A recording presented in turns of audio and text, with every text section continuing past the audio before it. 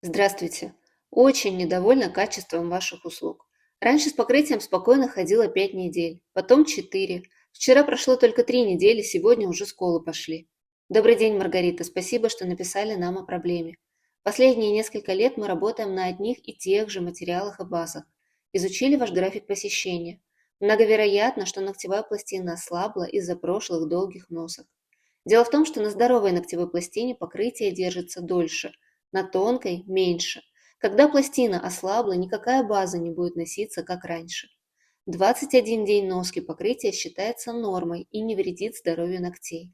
Чтобы прямо сейчас улучшить состояние ногтей, есть очень эффективная система средств. Она наносится под гель-лак и укрепляет ваш ноготь. Процедура стоит 800 рублей, но первичная для вас будет бесплатной. На посещение понадобится дополнительно 30 минут. Маргарита, подобрать для вас время следующего посещения? Ну, давайте попробуем на этой неделе.